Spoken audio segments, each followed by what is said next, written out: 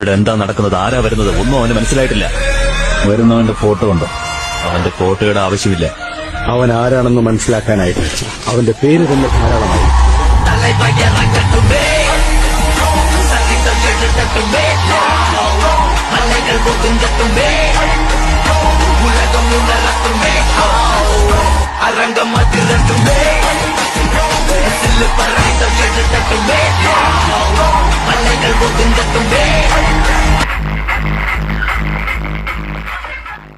നമ്മുടെ ശക്തി വർദ്ധിക്കുമ്പോൾ നമ്മുടെ ഉത്തരവാദിത്തങ്ങളും വർദ്ധിക്കുന്നു.